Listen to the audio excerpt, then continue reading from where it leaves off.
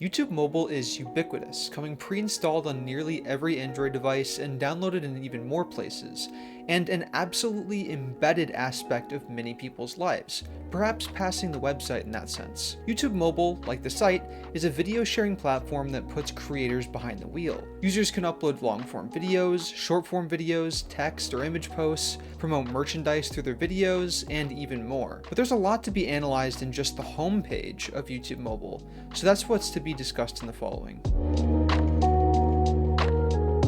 The homepage starts with an interesting feature, the compass.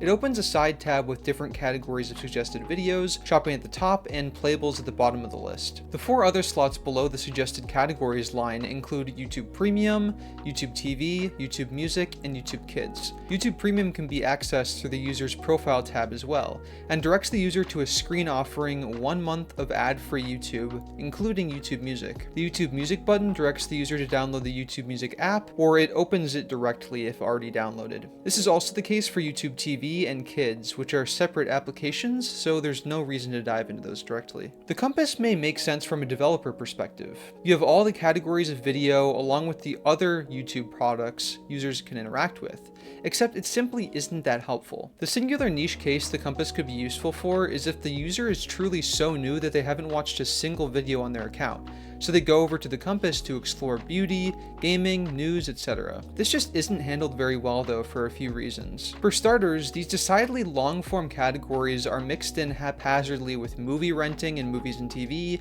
or shopping and playables, which are unrelated to those sorts of categories. Podcasts and live are at least more in the ecosystem of a YouTube user, but these categories fall under types of content users would seek out particular creators for, not search through some sort of recommended feed, which the long-form feed is much better suited for. Diving into a few of these categories will help examine how useful they are to be among the others. The hype category can be found under the compass, and it's genuinely a great feature, especially to be among the other categories of long form despite being a bit different. Users can hype videos by creators of 500 to 500,000 subscribers, and the most hyped videos get put on a leaderboard that refreshes every 5 minutes. Hype can be obtained at a set amount, free in some countries, requiring payment to go beyond the set amount, with a free reward system of badges, all only available on mobile. The hype system feels like a direct response to the defunct trending page, which seemed to favor tremendously popular channels and was unpopular among users and especially creators. Hype is not only a beneficial change to reward and popularize small creators, but may genuinely be a perfect combination with the other compass categories, as like trending, it serves as a master of the general videos category. Where hype rises, shopping fails.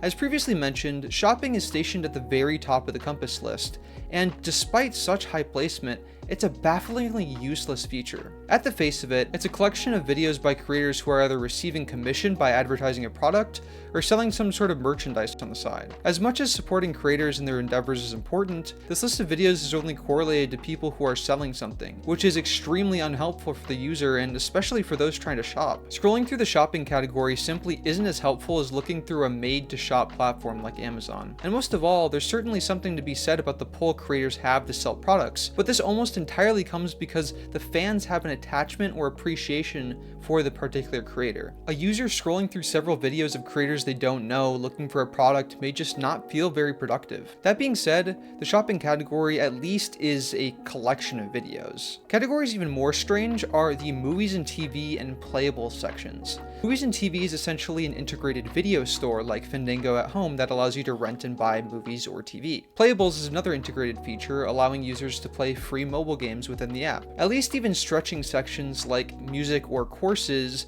you can get a creator product at the end of the day. However, movies and TV and playables really have no attachment to the core of YouTube. They are functional features on their own, one could suppose, but it truly doesn't make sense to have them both mixed in with categories that are really built for and within YouTube. These categories are a reminder, however, not to take the compass overly seriously. Despite it being strange that the different buttons within the compass are arranged oddly and don't all connect very well, the compass is likely barely used. In fact, on mobile when the app is opened, the user only has a couple of seconds before the compass is automatically hidden and an ad is played. The user can't access the compass without scrolling up, though to be fair, this action is fairly likely considering it's how you access other important areas of the home tab. One could anticipate many users have no idea that the compass area the app even exists, which may be exactly why the developers shove all the miscellaneous categories and features inside of it that don't make sense in isolation elsewhere. The design of the compass menu is also very muted, just 2D white icons on gray, once again suggesting that users won't gravitate towards it considering the high contrast popping thumbnails and graphics available immediately outside of the menu and recommended. For these reasons, the way the developers themselves seem to have given up on pushing the compass,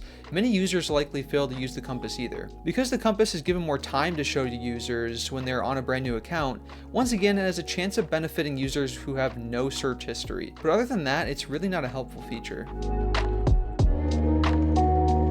The search button is a notable placement on the home screen. It houses one of the key functionalities of the app. If a user is on a fresh account, opening the search bar will show the user recommended searches as well as trending searches at the bottom. Not to mention the search bar is also just in the middle of the home page if no video has been watched. An established account with searches will be similar, but instead showing the past 50 searches, and then after that a few recommended searches under the you may like. At the very top of the screen is the search bar, and when interacted with it, will bring up the on-screen keyboard. Next to the search bar is the dictation button, which allows searching by voice. Starting with the simpler aspects, dictation is nice for people who flow with speech to text, and often use home or phone assistants for example, but there will always be the majority of users who do not use it. Regardless, it's still a nice feature to have, and efficient users will be able to make the most of it. The search bar is less controversial, simply involving typing with the on-screen keyboard and bringing up suggested searches until the user taps search or engages in a suggestion. Finally, there's that list of suggestions before typing, and one might anticipate users will simply forget they're there. Usually looking something up will result in a one-off action, and though potentially remembering a few previous searches could be nice,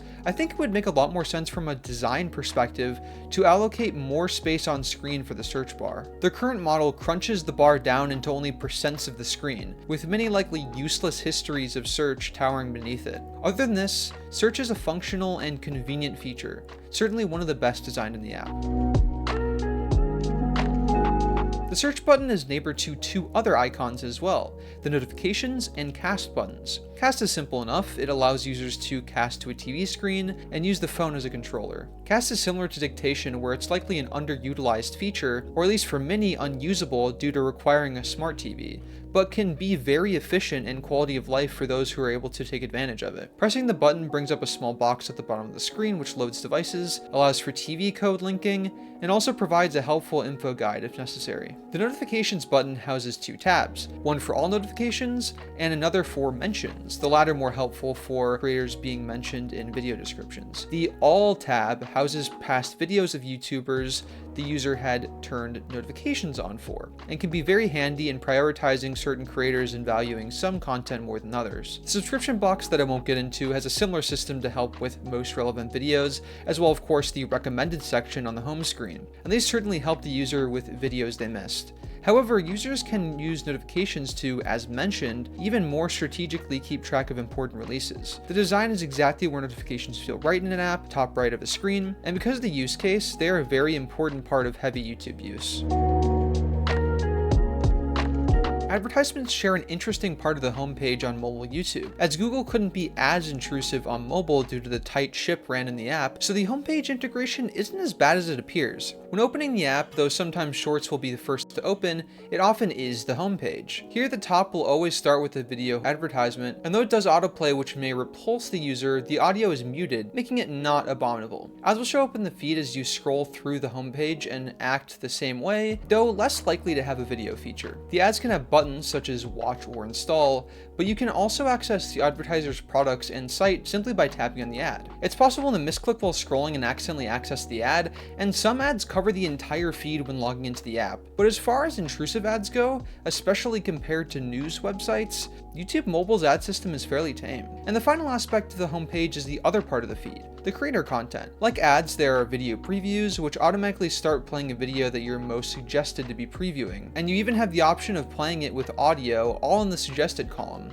Already multimodality just on the homepage. Captions are also available during this preview segment, but neither captions nor audio are given for previewing shorts. Shorts kind of get the short end of the stick because the user is given a batch of shorts, say 4, but only autoplays 1 based on an obscure metric of how far scrolled the user is. It's complicated, so perhaps not the short the user intended to preview. Compare this to long-form previews, and the video only autoplays if it's in the center of the user's screen, making the preview more intentional. Of course, pressing on the video, short form or long, opens up the video in full. There are many options with the 3 dots next to the video, but one important one present in both long and short form is not interested, which allows the user to essentially carefully construct their own feed. One important note at the end of the feed is that shorts do truly take precedence on YouTube mobile, and this is precisely why the Shorts tab may automatically show when opening the app, and especially in the feed when the shorts are the very first thing you see after the ad. YouTube mobile, despite being very accessible for those enjoying long-form content, is very predicated on promoting shorts content. Just the mobile homepage is rich in features and discussion, and it couldn't be entirely covered here, just the main highlights. The compass is a strange area of home that has many features, but to a fault. There are other areas as well, casting, notifications, and search, which all serve their purposes and can show unique efficiency in the right hands. Last is the feed, with ads, shorts, and long-form content, among even more not discussed, and it is the bread and butter of YouTube mobile. Home is just one of 5 key tabs in the app, but it perhaps carries the entire experience.